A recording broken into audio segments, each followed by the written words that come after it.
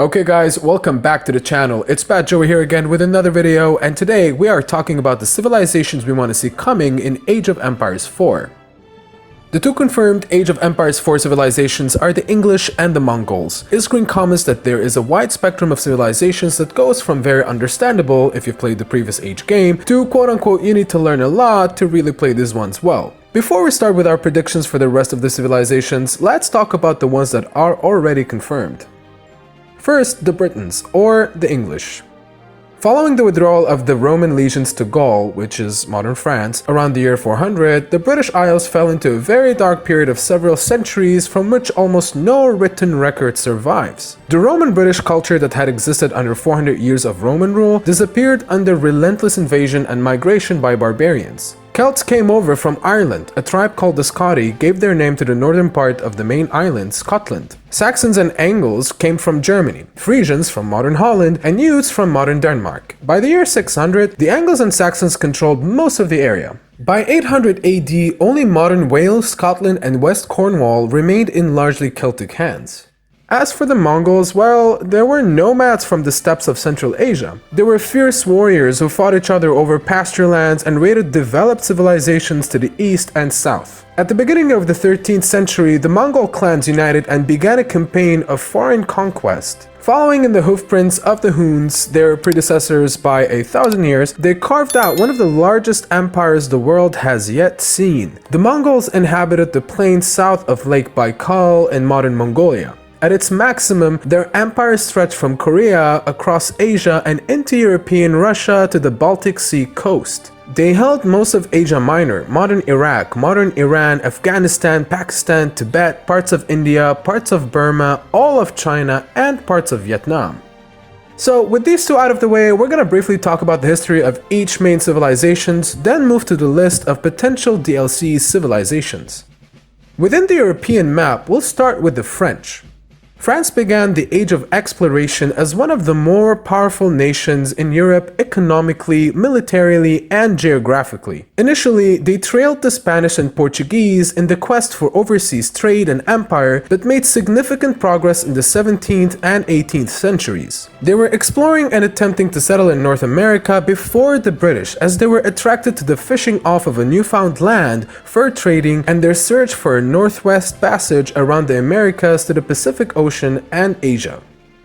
Moving to the Germans, at the time of Columbus's first voyage, Germany consisted of 400 separate entities, including cities, principalities, and feudal states. Though nominally part of the Holy Roman Empire, they were in fact beyond the control of the Holy Roman Emperor in Spain. There was no central government that dictated policy, collected taxes, or marshaled armies. In 1517, a German monk, Martin Luther, protested against a variety of practices of the Catholic Church by nailing his arguments to a church door in Wittenberg. This was a traditional way of opening a debate at the university there, but he started something larger than a scholarly debate. His act set off the Protestant Reformation, as copies of his theses, translated from Latin into German and other languages, spread throughout Germany and the rest of Europe. The Reformation in turn brought about the Counter-Reformation as the Catholic Church reordered itself. That leads us to the Byzantine civilization. The Byzantines took their name from Byzantium, an ancient city on the Bosphorus, the strategic waterway linking the Black Sea to the Aegean Sea.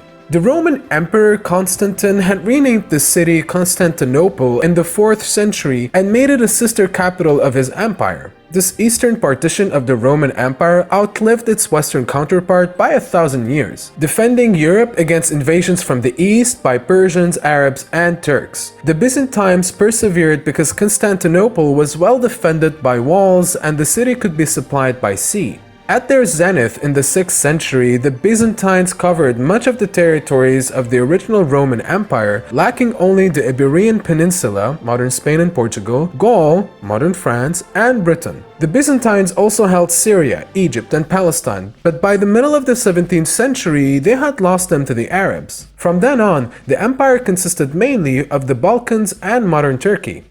With that, we're left with the Spanish and the Russians within the first category.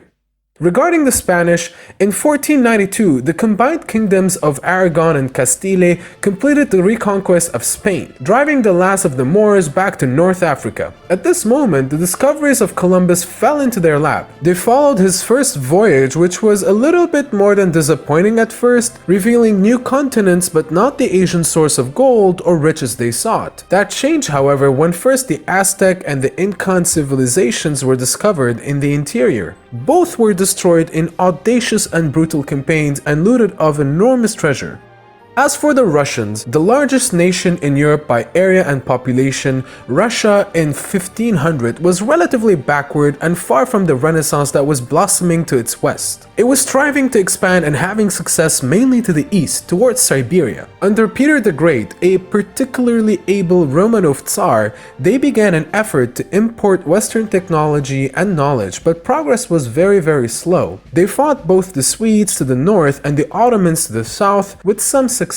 They were able to field large armies from the great mass of serfs, in other words, those who were enslaved for life for the estates of aristocracy. And now we move to the Middle Eastern / North African civilizations, starting with the Arabs. The name Saracen applied originally to nomadic desert peoples from the area stretching from modern Syria to Saudi Arabia. In broader usage, the name applied to all Arabs of the Middle Ages. These desert nomads erupted suddenly in the 7th century and established a far-reaching empire within a century and a half. Their conquest was fueled by faith and high morale. Following the teachings of the Prophet Muhammad, their intent was to change the religious and political landscape of the entire planet. By the year 613, the Prophet Muhammad was preaching a new religion he called Islam. Largely ignored in his home city of Mecca, he withdrew to Medina, built up a strong following there, and returned to attack and capture Mecca. Following his death in the year 632, his teachings were collected to form the Quran, the Islamic holy book. In the year 634, his followers began their jihad, or holy war. Within 5 years, they had overrun Egypt, Palestine, and Syria. Their tolerance of Jews and Christians eased their conquest because these people had been suffering some persecution under the Byzantines. Moving on, a significant chunk in the Middle Eastern civilizations also comprised of the Turks. The name Turk refers to two different Muslim groups of the Middle East. First the Seljuks and then the Ottomans. The Seljuks are nomads from the steppes near the Caspian Sea who converted to Islam around the 10th century. Approximately 70,000 Seljuks started as mercenaries to fill the ranks of the Islamic army of the Caliph of Baghdad. These mercenaries converted to the Sunni branch of Islam. In 1055, they became the real power behind the Caliph in Baghdad and began extending their rule. Their leaders took their title Sultan, meaning holders of power. By the 1100s, they controlled most of the Anatolia, taken from the Byzantines, Palestine, the lands surrounding the Persian Gulf, the holy cities of Arabia, and as far east as Samarkand. Lastly, in our predictions, we've decided to include the Incans from South America. The Inca were a pre-Columbian Indian civilization that, according to legend, emerged from a series of caves sometimes in the 12th centuries. Living a pastoral lifestyle in modern-day Peru for some time, they eventually migrated to the Urubamba Valley during the 13th century. Under their leader, the semi-legendary Manco Capac, the Incas seized control of the city of Cusco and founded their kingdom there. Coming to the last segment of the video, here's the prediction list of potential DLC civilizations. In Asia, we predict the Chinese, Japanese, and Indian civilizations to be featured. As for the European barbarians, we speculate that the likes of the Goths, Vikings, and Huns will be included. And last but not least, the Aztecs, Mayans, and possibly some northern tribes within the Americas. Alright guys, here's the list of civilizations that we predict and do want to see in Age of Empires 4. Let us know what you think in the comments down below, and as always, hit that thumbs up if you want to see more daily videos like this one. See you in the next video.